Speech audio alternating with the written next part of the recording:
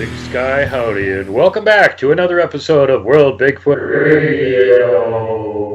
Because of the request for it, rather than have a guest on today, that we would actually just talk about what people have been asking about, and to wit, the question keeps coming up over and over again about a Wendigo and Genosqua and Gugwe and what are they.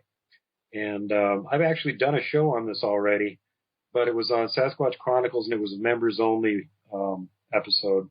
So I felt like for the benefit of the people that aren't members on there and haven't heard anything about this, that I would do sort of another iteration, a reiteration of the show, and add in a few more accounts that we didn't touch on during that program, so that people that did hear the previous one will have something new to listen to on this one. And since I'm basically going to be the guy that's going to be explaining all of this, I'm not going to interview myself.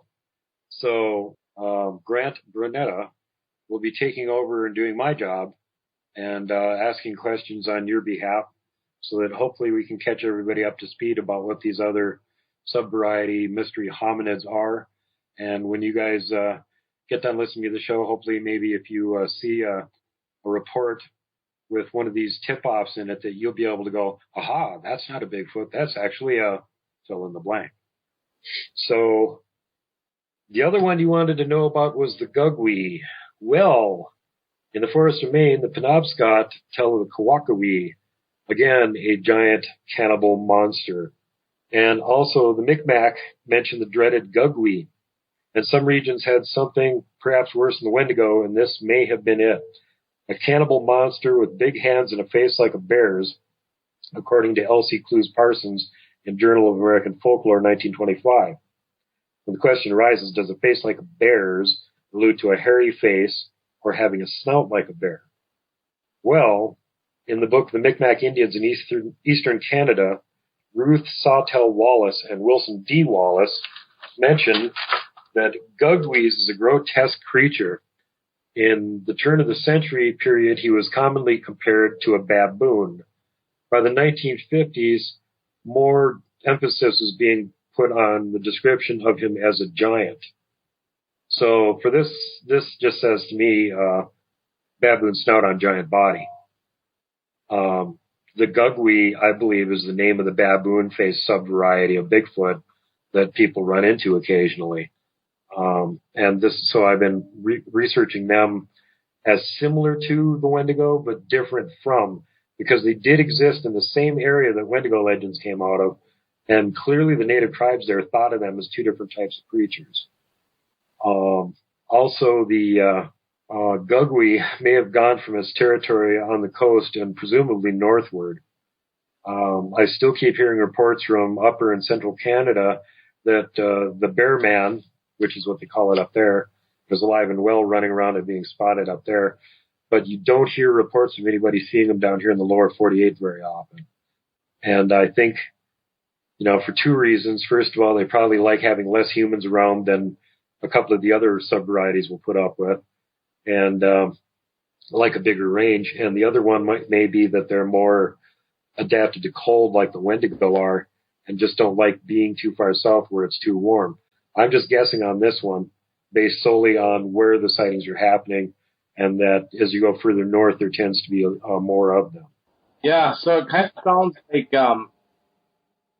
all these subspecies that we're kind of going through are a lot more aggressive than your typical patty type Bigfoot. Yeah, and the natives that had them in their areas also usually have mention of the fact that these things don't get along with each other either. The regular type 1s and type 2s do not get along with the Wendigo. Nobody gets along with the Gugwe. If these things try and move into areas where there's already troops of regular Bigfoot living, the chances are that they're going to be getting themselves into a fight and probably getting chased back out of that area again. So they just, if they get displaced from where they're at, they may not have much option other than to try and go out into the middle of nowhere, or just keep heading further north where there's less and less humans, assuming they can figure that out. I just don't know about that. But it does seem that when they're spotted, they're generally further out in the middle of nowhere, where you'll have type 1s and type 2s hanging around fairly close to civilization in some cases, because they're sort of doing the same job as a bear. They're an omnivore, and they're an opportunist and occasionally an ambush predator. And they just do the night shift more, and the bears do the day shift. So where you would expect that maybe bears would raid your garbage can or something on the outskirts of town, well, you can pretty much expect Bigfoot to do the same damn thing.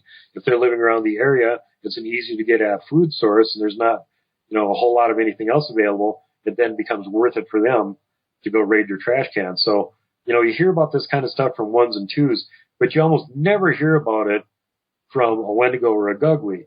If it's anything along those lines, it's that they're actually breaking into the house, and usually when people aren't there, and trying to steal all the food in the house. They're not picking through the garbage can occasionally.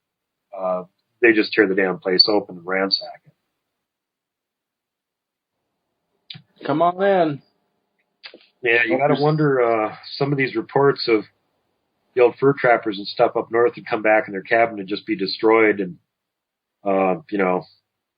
they'd find big bear-looking tracks that coming out of the cabin and stuff, and wonder what's the bear doing awake in the middle of the winter, breaking into their cabin, eating their food.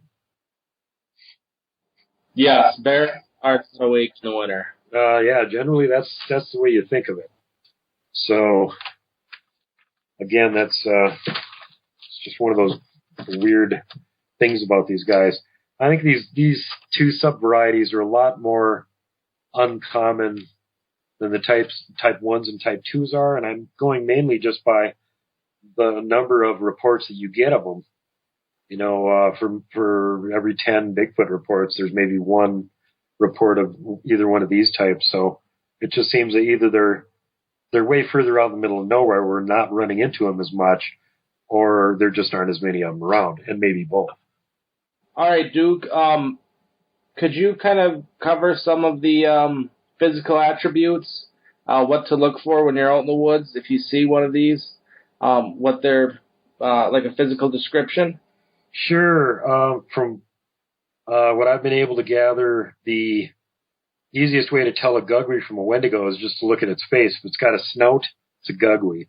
If the face is flatter, it's a Wendigo. How to tell a Gugly from a Dogman, which they get confused with because, again, the Gugly has a snout. If you're looking at just the upper part of their body and you can't see the lower part of their body, if it's got long, pointy ears sticking off the top of its head and a longer, more attenuate snout, so basically describing like a head like a German Shepherd or a wolf, it's probably a Dogman. If it's got ears on the side of its head, like an ape or a baboon or something like that, and they're not that big, then you're probably looking at a Gugly. If you can see the rest of its body, a Gugly has a body like a Bigfoot for the most part. A Dogman has a body just like a wolf if it was standing up on its hind legs, a little bit more massive. But they have front arms and hands that look sort of humanish with claws on them. So just seeing the front arms and hands of one of these creatures sticking out through the wood, in between branches on a tree or something, you really wouldn't know what you were looking at. You wouldn't know if it was a Dogman, Wendigo, or the Bearman, the Gugly, because they all have claws. And the Gugly and the Wendigo also have claws on their feet. Although generally, if you see one of their tracks, the claws will not show up because they're not very long and they don't curve down all that far. So unless the foot actually sinks an appreciable distance into the ground, the claws won't contact the surface and leave a mark that they were there. Sounds like these guys are more equipped for just being straight predators with their teeth and their claws. Would you say mainly that's their main diet would be hunting, eating meat? Yeah, I would bet that the Wendigo or the Gugly could actually eat plant material if it was interesting, a food source that was worth eating. They probably can eat it. But again, the further north you go, the more you're into an area that, unless you're a huge ungulate and you've got 2 or 4 stomachs to digest some of this hard fibrous plant material, there's really nothing that you can eat to make a living off of for most of the year. You got 7, 8 months of winter every year. You better be able to eat meat because, otherwise you're going to starve to death. So that's why I tend to lean toward these things eating a larger percentage of their diet in meat, a raw protein source. And the other thing, of course, is with large meat eaters in areas like this, they tend to get bigger than the ones that you'll find in southern areas. The more mass they have in relation to what their actual surface area of their body is, the more they can hold heat in and stay warmer. So it makes more sense for them to be thinner and lighter build down in the south and thicker and heavier up in the north, where they're going to spend more of the year in really cold temperatures. And another thing that gets mentioned in all the reports on these critters is that they just seem to be indifferent to conditions of temperature. Some of the Indian legends have the when to go out actually hunting during blizzards and using the sound of the wind howling the blizzards to cover their own howls and whistles back and forth to each other that they're using to coordinate their attacks on whatever it is they're sneaking up on. And, actually that kind of makes good sense because during a blizzard, most normal animals are going to hunker down. Deer will find like a deep, tag elder swamp or something and go yard up there in a big group, wait for the blizzard to go over. Well, gee, how convenient. If you know where they're all grouped up together, it sure would make it easy to kill a bunch of them. Yeah, especially in a blizzard with no visibility or... Yeah, and the things can't hear them coming until they're right on top of them.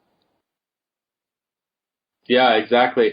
I hate to go back, but I when you saw yours, did you get any facial expressions from it or anything like that?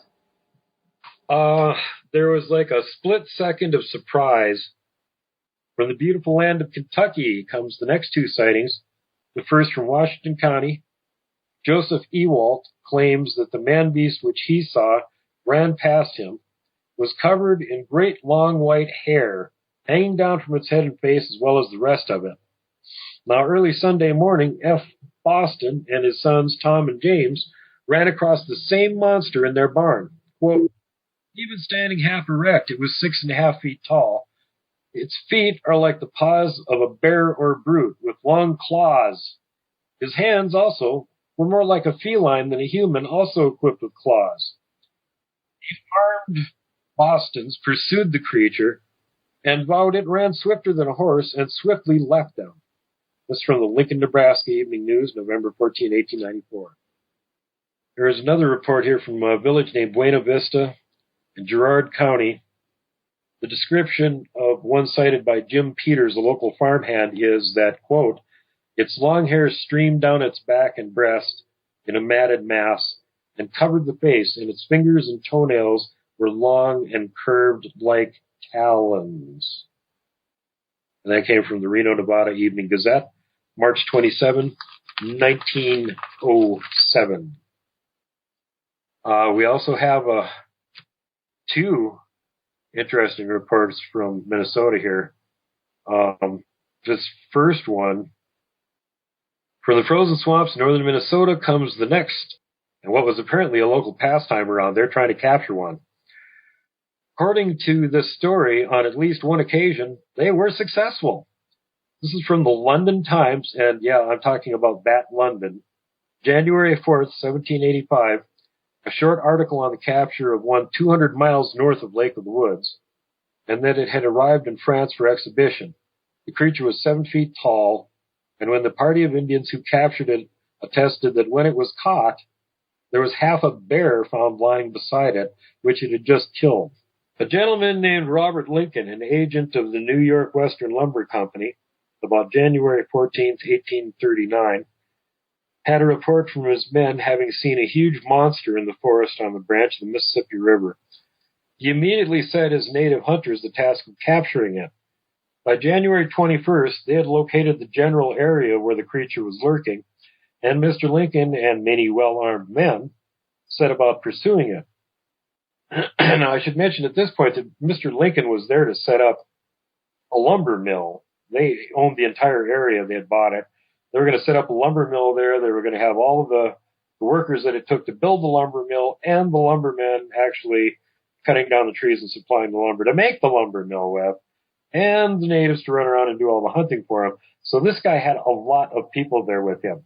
Very rugged, tough people that were pretty well damn armed. So when it came about that the natives showed up and said, "Hey, boss, there's a monster out there around the woods. We may have some trouble with it." He went, "Perhaps we should go capture it. We have nothing better to do. Go find it." So after a week of out there looking around for it, it was spotted, and they gave chase to it. And of course, when they did spot it, it let out a fearful shriek which echoed through the forest, and it fled. The pursuit lasted over an hour, and it ended when it was chased out onto a prairie, whereupon it turned and charged the group following it. Mr. Lincoln, fearing for his own men's safety, but having ordered them to take it alive, took it upon himself to fire a load of buckshot, and we're talking like double-aught buckshot here, folks, into the creature's thigh, knocking it down. At this point, the natives swarmed the beast, and after a fearsome struggle, bound it with ropes, built a litter, and carried it back to camp. Well, the thing here is that this thing, if you had shot an average human in the leg at close range with double-aught, you would have blown his leg off. So even though it didn't blow the creature's leg off, it probably incapacitated him pretty well.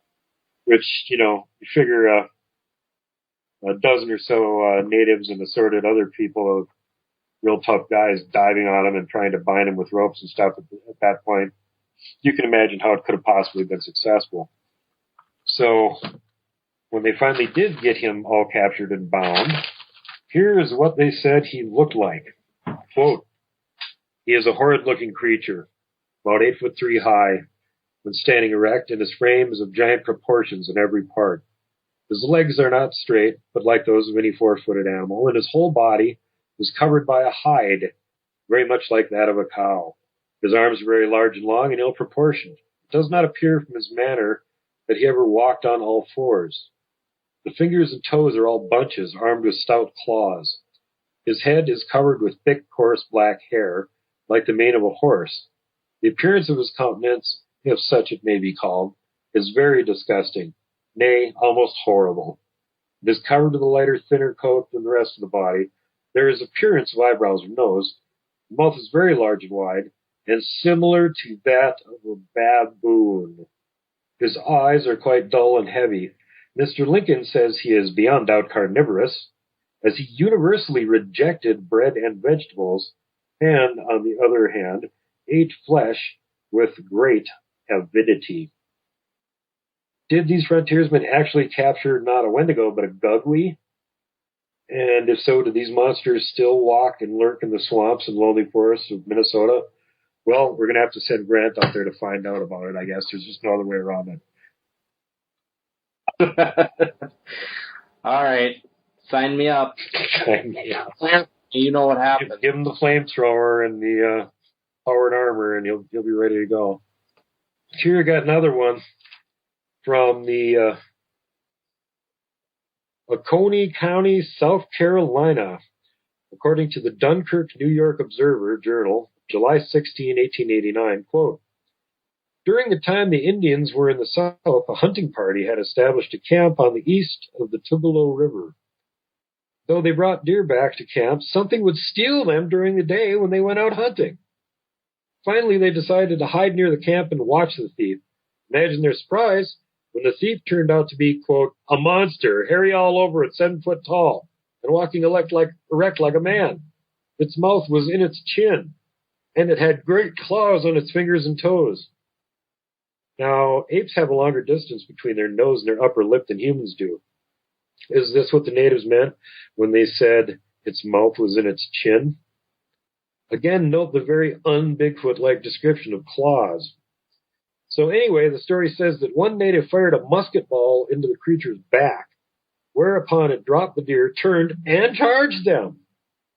A volley of 6 more rounds from the remaining braves were poured into the brute's chest, whereupon it finally dropped in its tracks.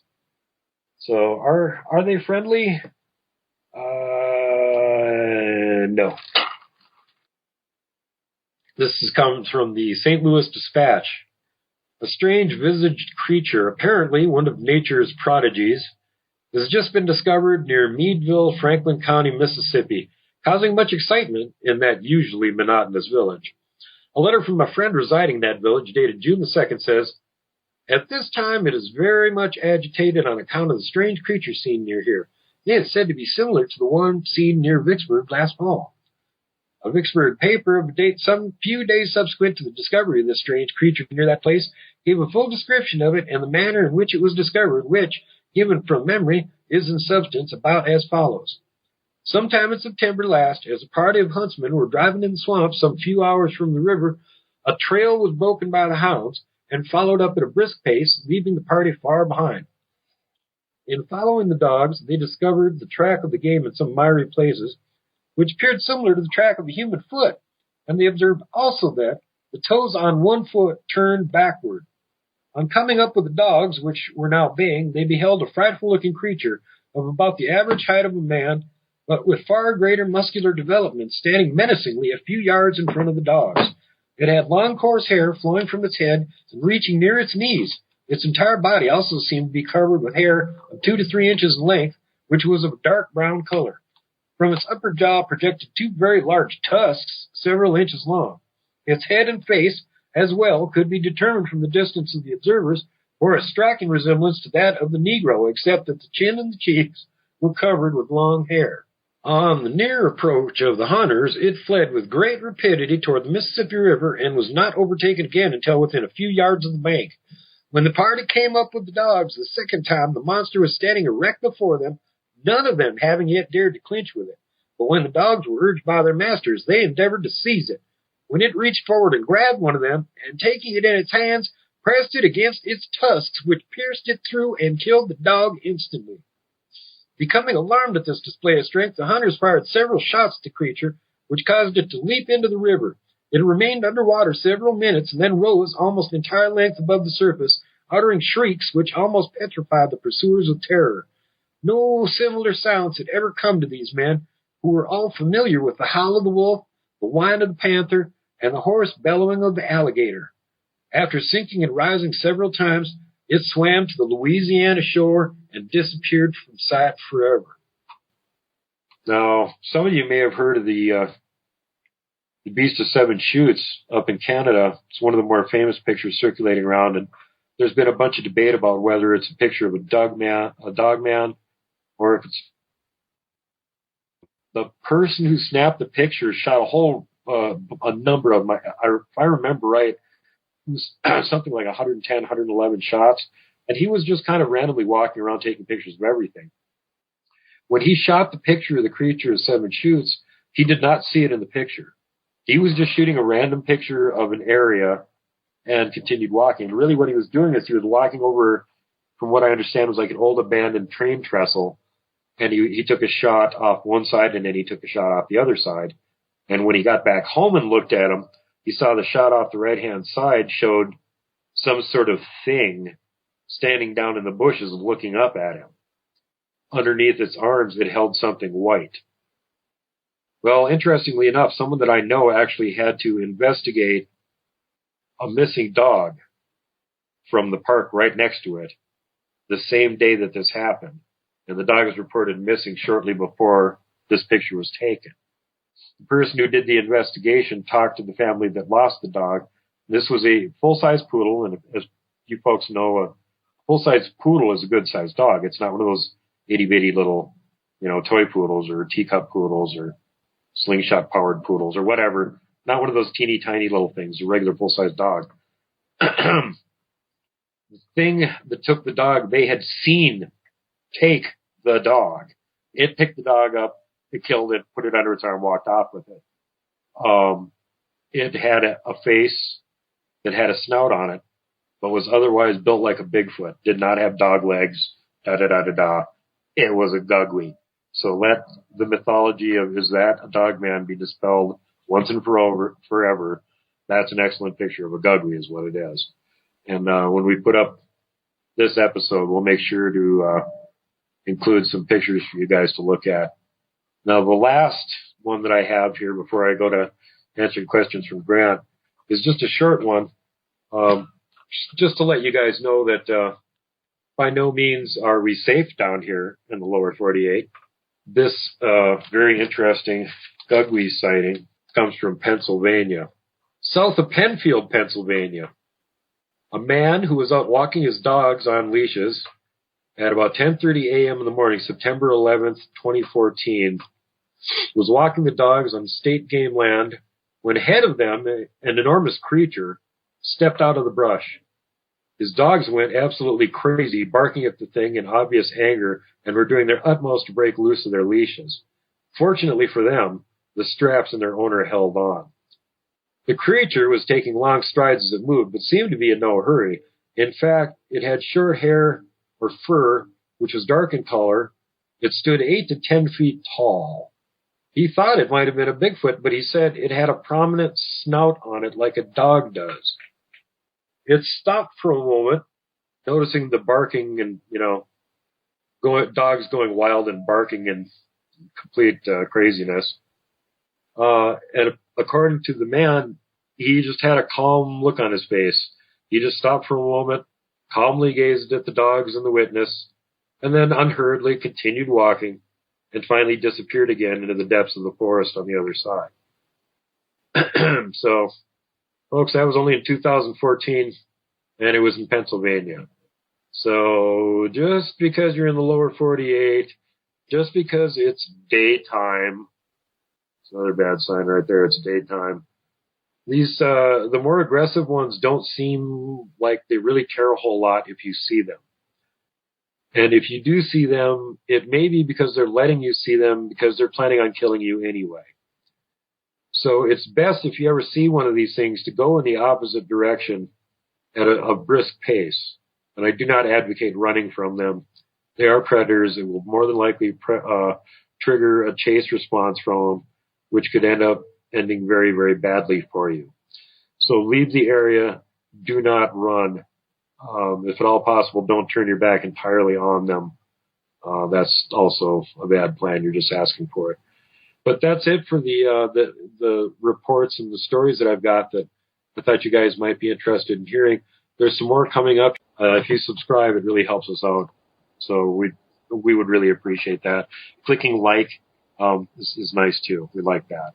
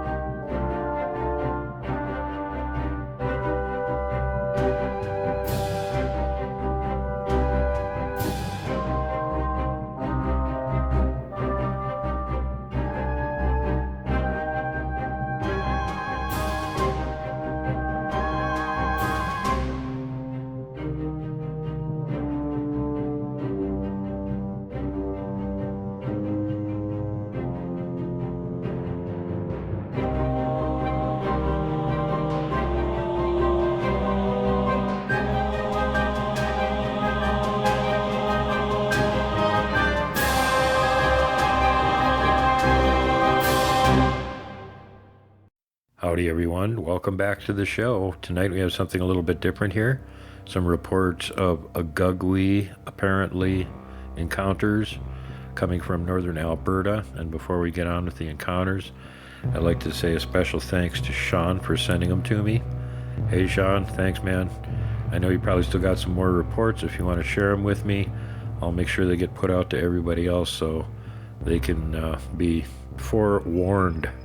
Forewarned is forearmed. So with that, here we go. Let's get to those Gugwe reports.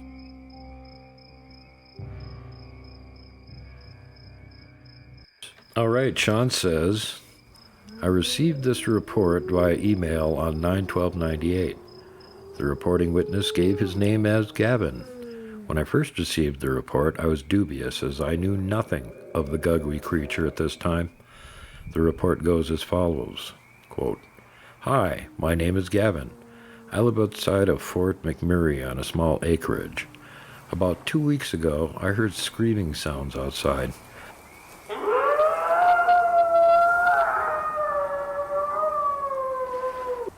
I opened the back door to see if I could spot anything. On a hill behind the barn, I saw a thing that I thought was a Bigfoot, but it didn't look like Bigfoot are supposed to look like.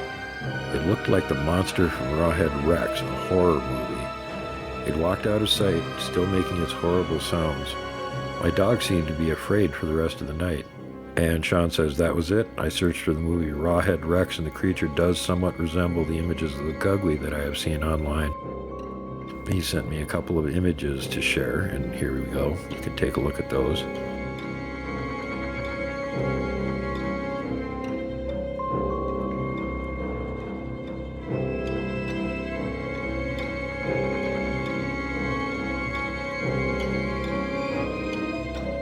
Okay, in this report, the location is near Rocky Mountain House, Alberta. The date, July 23rd, 2004. Time, early evening. Occurrence, vocalizations, and sighting on property.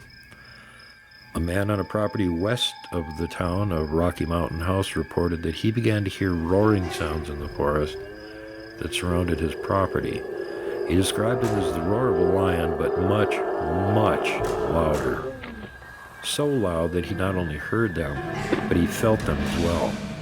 At first they seemed to be coming from a good distance away, but steadily became louder and louder as the maker of the sounds drew closer to his property. He said that the sounds both terrified and mesmerized him, kind of like he was having a nightmare. This made him even more fearful, as he had never experienced anything like this before. He said that he decided to go outside to see if he could spot the maker of the sounds, but before he did this, he armed himself with a rifle. He didn't specify what type or caliber it was. One thing he said is that the entire time he felt a lingering sense of dread and couldn't explain why. Once he was outside, he spotted a very large bipedal creature standing on just the other side of the barbed wire fence that separated his property from Crown, which is government, land. He estimated its height at 9.5 to 10 feet, but what really sent him into shock was the creature's face. His exact words were, quote, "It was like somebody cut off a bear's head and plunked it onto a giant ape thing's shoulders." I've always been open to the idea of Bigfoot, but I didn't think it looked like this. This wasn't normal. It felt like it didn't belong here, or anywhere, for that matter, unquote. He didn't even consider the idea of shooting it. In fact, he said that he almost forgot that the rifle was in his hands. After looking at it for a short time, maybe 15 to 20 seconds, the creature made a, quote, grumbling, unquote, sound and crashed back into the forest. He heard the roaring vocalization twice more. Both seemed to come from a further distance away, showing him that the creature was moving away from his property. That was the end of the initial report. We emailed back and forth a few times, Sean says, with me trying to get as many details as I could about the creature. The physical description is as follows: 9.5 to 10 foot tall, hair color rust red. He estimated the creature was at least 5 to 6 feet across the shoulders. The head had a definite snout or muzzle. He saw teeth when the creature vocalized. He said that the teeth were those of a true predator. Other than that, there isn't anything else to mention. After 6 email exchanges, he decided that he didn't want to talk about it anymore. He only gave me his first name, Greg, and would not disclose any other personal details. I didn't push for anything else. I did get to meet him face-to-face one time at Crimson Lake Provincial Park. He didn't waver once in his report. His parting comment made me believe his report even more. When we were standing there talking, he looked at his watch and said, quote, "The sun is going to start setting soon. We should get out of here," unquote. I'll try to get more reports to you soon. Work has been taking a lot of time lately, and have a good day, says Sean. Alberta Gugwe Report number 3. Sean says, this one gave me the chills when I read it many years back. This shows outright maliciousness on the part of the creature.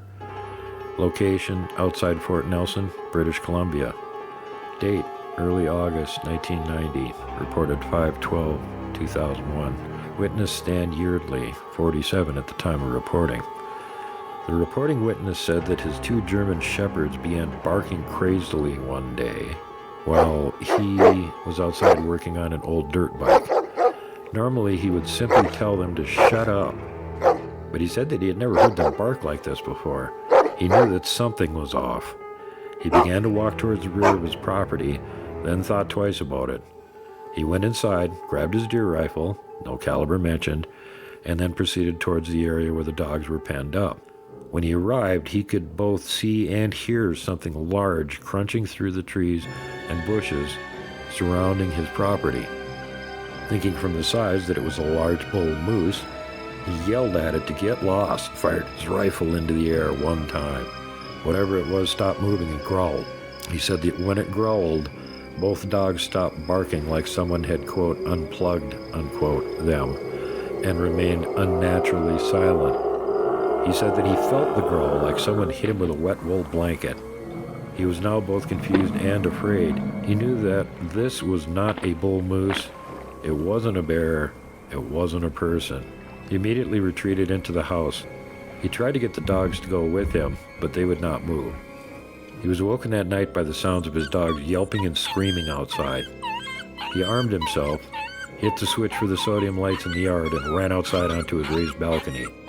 Once outside, he saw a gigantic, quote, 2-legged baboon, unquote, walking toward the woods carrying one of his dogs. The other was still inside the pen area. He shot at the creature 3 times before it disappeared into the woods, and he was not sure if he had hit it or not. He went outside to check on his remaining dog. He was alive and uninjured, totally unresponsive. He carried her inside. He called his brother once again. Within an hour, he arrived at his home. His brother said they would go out in the morning and look for the missing dog, but that they were not going nowhere out there in the dark. In the morning, they armed up and stepped out the front door to begin their search. They spent the day searching the area and found nothing. Upon their return home, they found the head of the missing dog on the front porch of the home. It wasn't there when they left in the morning. His brother told him that this means that whatever killed his dog was intelligent and may have even been in the area when they were leaving earlier in the morning. His brother stayed for the rest of the week, but nothing further occurred. His remaining dog seemed to snap out of it a few days later, but was never the same animal that she had been before. He said that the 2-legged baboon turned its upper body towards him as he threw open the balcony door. He said that its features momentarily stopped him dead in his tracks. It had an enormous muscular body, but the face is what got him.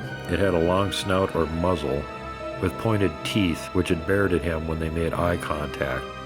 He said the eyes reflected yellow-green in the light from the sodium halogen lights. His first thought was, I'm looking at a monster! What the hell is this thing? Then he saw that it was carrying his limp dog in one hand, just like he would carry a shopping bag. He estimated the creature was between 10 to 12 feet tall. Its coloring was midnight black. It crossed his yard, which is 70 to 80 feet, in 7 or 8 steps. He also said that the creature seemed to exude a feeling of dread, at least to him. 3 clear footprints were found in the back area of the yard. These measured 19 inches long by 10 inches wide and were sunk about 2 inches deep into the semi-dry ground. The distance between prints was estimated at 6.5 to 7 feet. He sent me a scan of a 110 photograph of one of the prints, and I'll go through my flash drives and portable hard drive to see if I can find it. When I do, I'll send it to you. After this encounter, he had bars installed over all of his windows, replaced the sliding glass balcony doors with solid oak swinging doors, and installed motion sensor lights around the house and in the yard.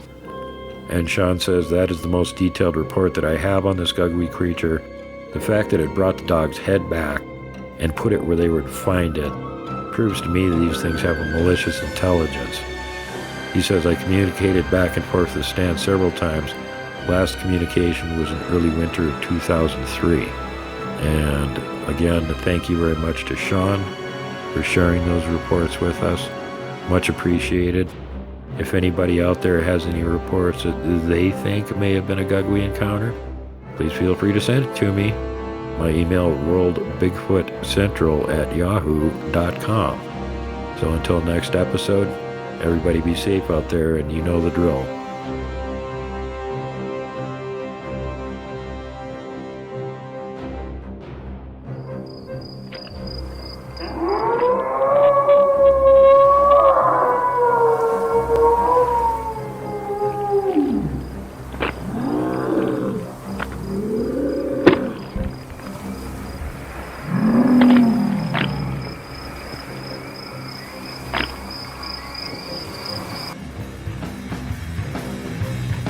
Would be to bring on today's guest. And I'm psyched to have this guy on here.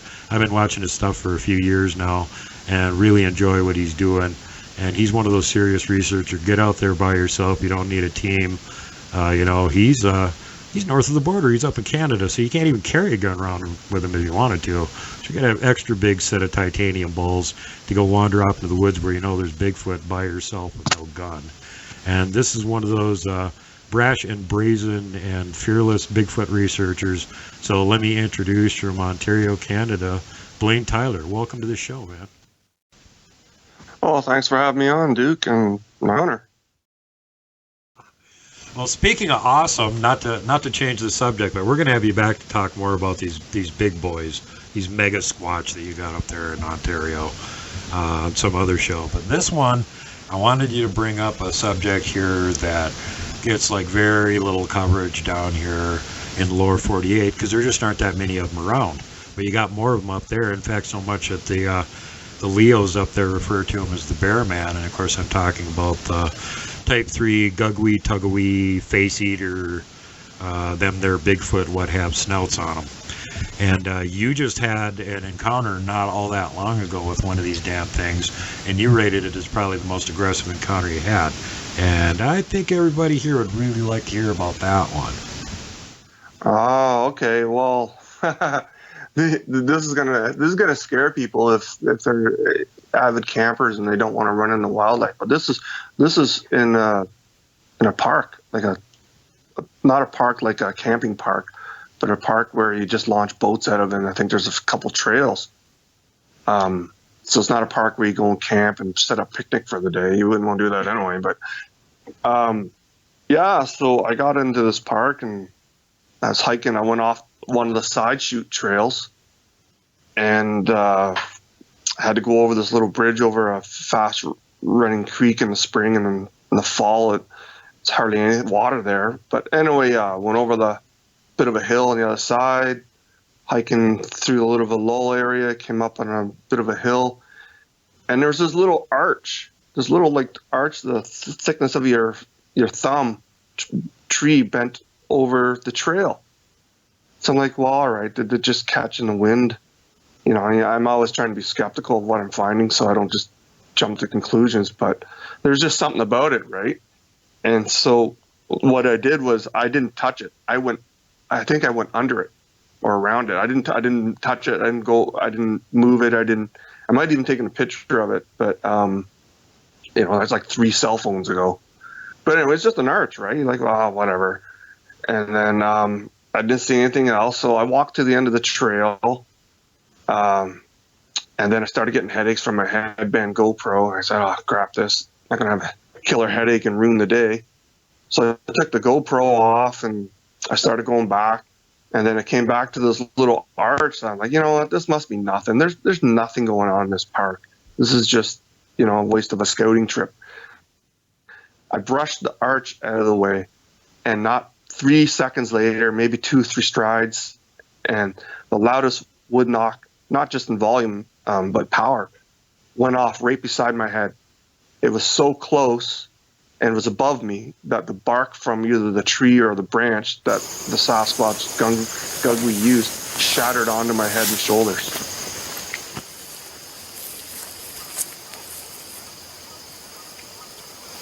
Hi everybody, Blayne Tyler, come to you again from Northeastern Ontario.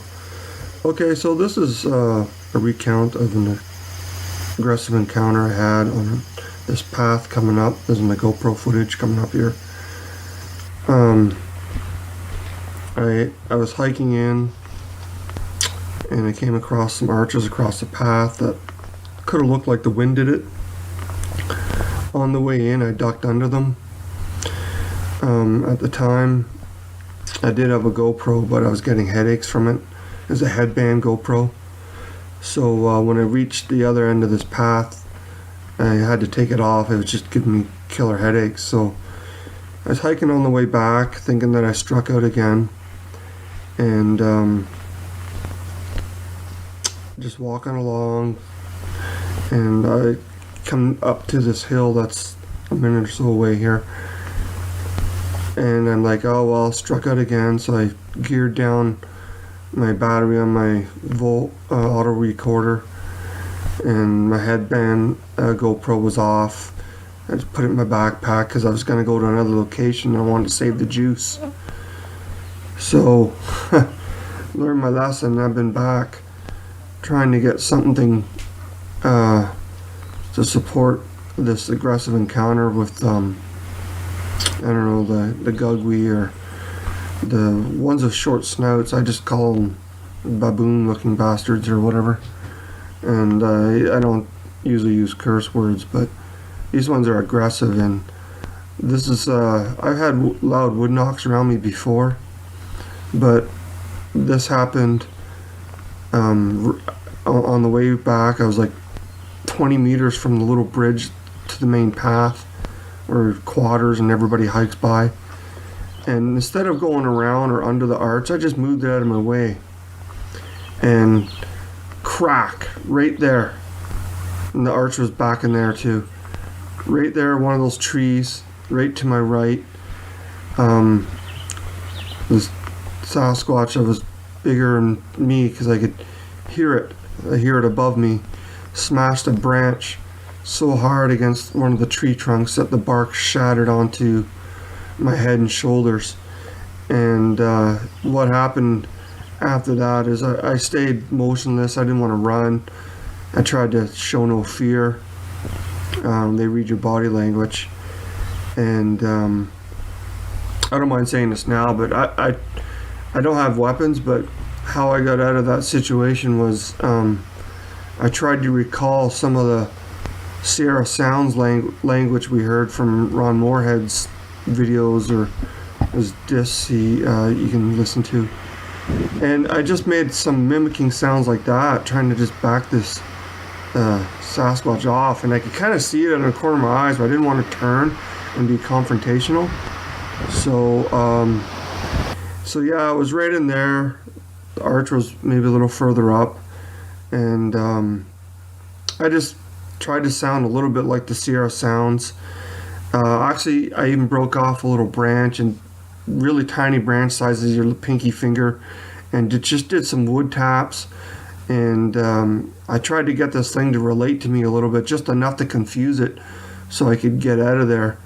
And I don't know if there's people coming up the path, but I was able to, after 5-10 minutes of standing motionless and just talking and doing little wood taps, bending down, tapping, trying to be non-aggressive, non-challenging, I was able to make it back to my car.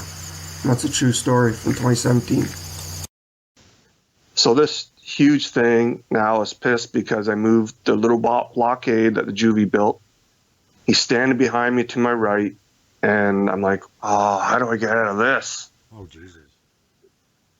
And so I'm standing there, he's standing there, and I can kind of, I was kind of chicken to turn around. I didn't want to see him and have eye contact, and then who knows what that would be it, right?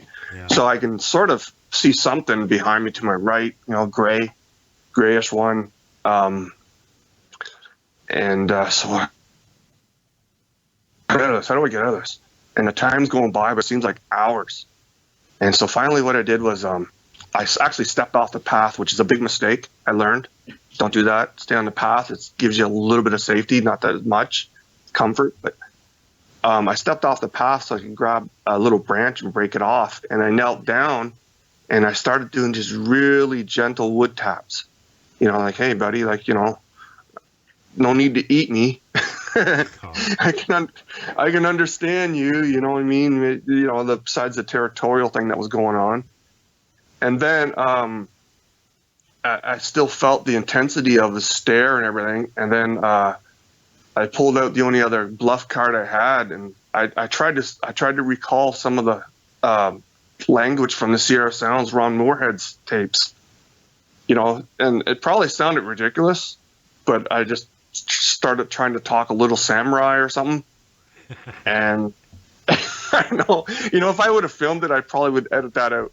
It sounded like a bad Chinese karate movie. I bet you, if nothing else, it confused him because it's something he's not used to hearing. And like, what the hell is this human doing? Yeah, what's this thing doing? This guy's a loser. He's what's this guy doing in a wood? Tapping a stick, this guy making weird numbling sounds. He's probably thinking, I don't want to eat this guy. He might be poisoned or something. Meat. Yeah. Yeah. But that's all I had. I mean, I'll try to communicate it a little bit with the wood taps. And then I did a little, talk like that with some choppy grunts in there. And then I just noticed the tension start to ease up a little bit. And so eventually I just started walking. And this was only like 30 yards from the little bridge that was only another 20, 30 yards from the main trail. So then I was able to make it back to the little bridge. And then the next goal was to make it to the main path. And I did it. And I'm like, I can't believe that just happened. So apparently he didn't follow you then. As soon as you went across that little river, that was it. Well, actually, hold on. He did. Oh God! He just let me go for the moment. And all my gears put away because I thought I struck out. I was 30 yards from the bridge, and then like an open little inlet area, and then a trail that parallels the main trail. And I struck out. Whatever. I'm gonna go somewhere else, save my juice. So anyway, I get back on the main trail that's maybe 5 feet wide. Just, it's big enough for a quad. And I'm coming up the little hill, and then there's a right and a left turn. And on the right turn, I smell him coming up on me. The skunk sewage smell. Yeah. And he's coming up on me again. And so I turned my shoulder quick, and I just did like a angry grunt kind of thing. Like, what would they do? What would another Sasquatch do if he didn't want you pestering it, kind of thing. And then I just kept going. I was able to make it back to my car. So that's my and you could kind of see him a little bit out of the corner of your eye, but you don't want to make eye contact with those things. No, that's a challenge. So was this daytime when this was going on? Yeah, this is in the morning. So maybe was he like actually that close to you that he was swinging this branch, or did he throw it?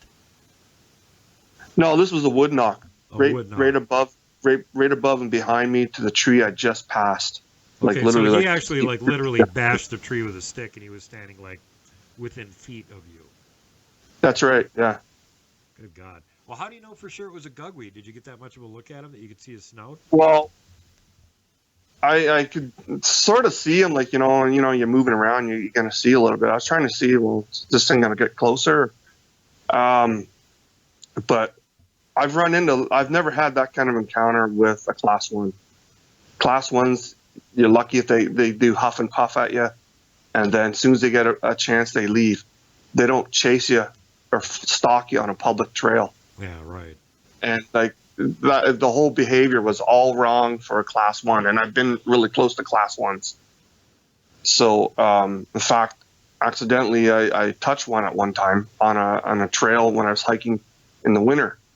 It snuck up on me and let me punch it in the leg by just purposely strode into my left hand on the backswing when I was trudging along a sled trail. But this behavior of this thing was totally different than a class 1 Sasquatch. This thing was, I don't know, aggressive, mean, or whatever. And I'm just glad it wasn't like dusk or something. And perhaps he might have heard other people like unloading a canoe, doing a portage. Maybe sounds like that might have saved me. But if they think there's other humans in the area, they're a lot less prone to try and attack you because they know you might, unless they kill you immediately, you're liable to make noise and attract other humans. Well, yeah. Plus, there's a car left there at night when guys who check the make sure there's no overnight camping. Oh wow, there's still a hiker or a boater here. Yeah. And then everybody starts looking for you. So it must have seen some of that behavior. But no, I've never had a Sasquatch, a regular class 1, or even what's the class of Sasquatch that look kind of just like Neanderthal people. Neanderthal. For my system that I use, that's a type 1. Patty type. They look kind of like people with their other faces. Yeah. Yeah, those are type 1s. The ones that look more human, I guess. Yeah, the type 2s, I don't think you even have type 2s up there. They're more kind of chimpanzee looking than human looking. Yeah, well, this thing definitely, I could kind of see it, but I didn't really want to look at it. I had like a typical, if you describe the bear man, that's what it would look like. If you had to try to imagine, short snout, kind of thing going on. And these things got big canines, like row after, not row after row, but one right after the other. There's not just 2 at the front. They got a mouthful of teeth. And the canines, in another encounter, just taking pictures, the canines are at least, on adults, are at least 3 inches long. See, that's the other thing. I know that you've been around these things before, and you've actually gotten pictures of them. I hope you sent some with, because we want to show people. But that's the common description that I get from other people, especially up in Alaska and other areas where they actually have these things, that, they've got big friggin' teeth on them. And it's not exactly the same thing as what I saw, but again, that, the type 4 subspecies, they've got the big friggin' carnivorous teeth on them, too. And like you said, it's not just eye teeth, it's not just the fangs. There's a bunch of meat-eating, big, nasty-looking teeth in their mouth. So yeah, it's like if you've ever seen some old cheesy Godzilla movies where fighting some kind of dog man, I think it's King Ghidorah or whatever the hell his name is. Not just like you said, not just that big canine eye teeth, just one razor sharp big tooth following in a row by others, slightly get smaller to go towards the middle of the mouth or whatever. But these things are more aggressive, and I go out looking for the class 1s, hoping for a beautiful video, maybe like the one where the guy was watching the Sasquatch female eat berries and he stood there, Rose incident. Yeah, that'd be awesome to get something like that. Yeah. But what I'm starting to run into more and more are those ones fade and these other aggressive ones come towards you. So I don't know. A little unnerving when you have no weapons or any way to defend yourself. Not that you could. They could strike so fast if they want, if they're the right opportunities there. Now, it's interesting. I found a really good illustration of one of these critters from down here in the lower 48. And they, of course, didn't know what the actual name for these things were or whatever, so they were calling it by, they give it a local monster name like Momo in Missouri, or, the beast, the creature of Boggy Lake, whatever. They all have local names for them. This one is the Dewey Lake Monster, and I'm going to include the drawing of it here. Oh, right. But it's a Gugly. They just didn't know what it was called, so called it the Dewey Lake Monster. So these things, they're not everywhere. They're not even very many of them, but they are around. And if you go further north, up where Blayne's at, there's more of them around. And the other thing that's kind of weird is down here in the lower 48, anybody that's researching this or whatever, I've never heard anybody say that they're in the exact same territory as a Type 1 Bigfoot. In fact, it's just the opposite. It seems like they don't mix, and the Type 1s will actually leave areas that they're in. They'll fight with them, and the Type 1s will sort of give ground to them because they're more paranoid of them or whatever than regular Bigfoot. So it's kind of weird that you've got them in apparently overlapping or mixing territories up there too. Yeah, I've seen that where the class 1 patty type, they look at you, they might try to intimidate you a little bit, then they're gone. But these things actually will start coming towards you if you catch them in the wrong spot or the wrong time of day, or if it's at dusk, or they take up an opportunity.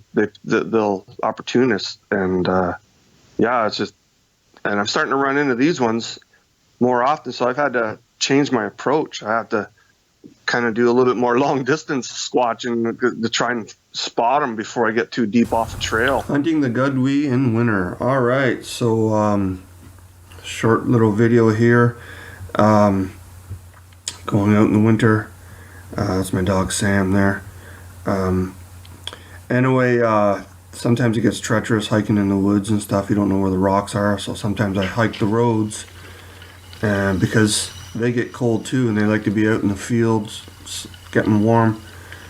And there's one right there. There's a real Gugwee Sasquatch, and he's watching me watching it. And I got traffic around me, so I don't want people stopping and getting creeped out. What's this guy doing filming or lurking around our property? So I get in, get out quick, get my footage, and try not to set off any alarms with the property owners or whatever.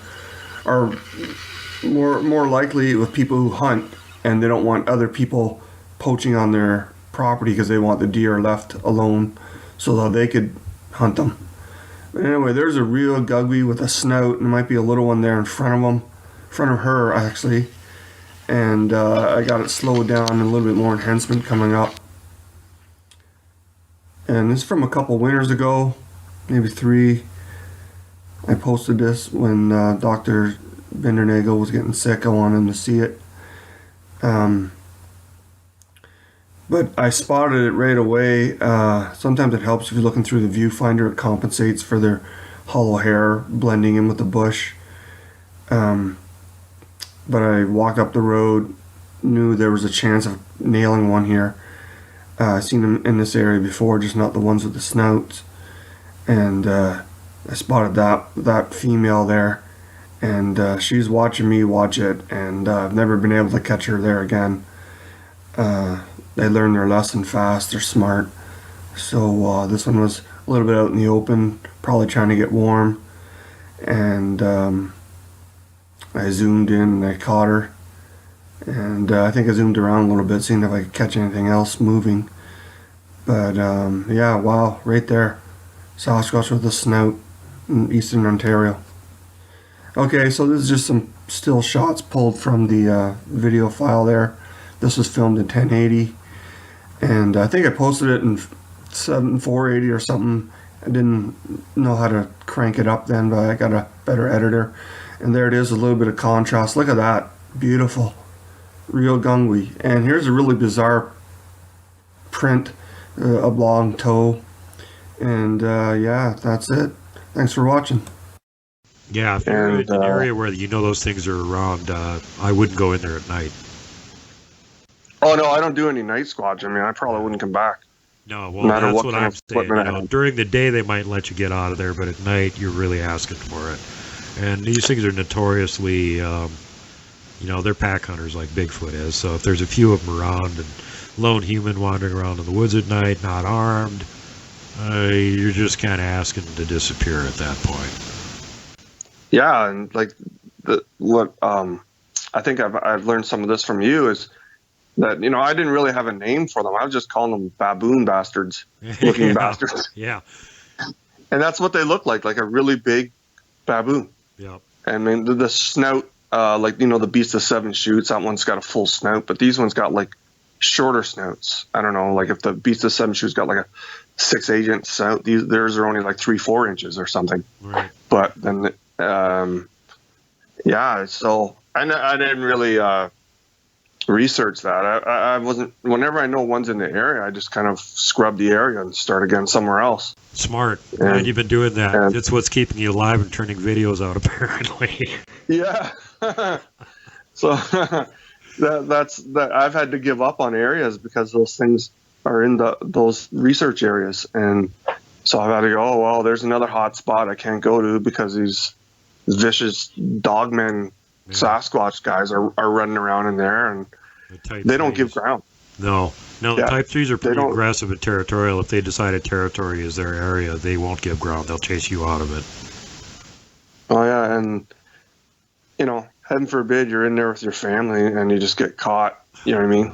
Like hiking or something like that. That's what usually scares me. The thing is that most of the time, it seems like people don't encounter them near civilization. Usually it's the Type 1s. You have to go a little bit further out in the sticks to, most of the time, what few reports I've got, you have to be further out in the sticks to run into these Type 3s. If they're starting to get closer to civilization, that's just really bad news. We're going to start having problems with them.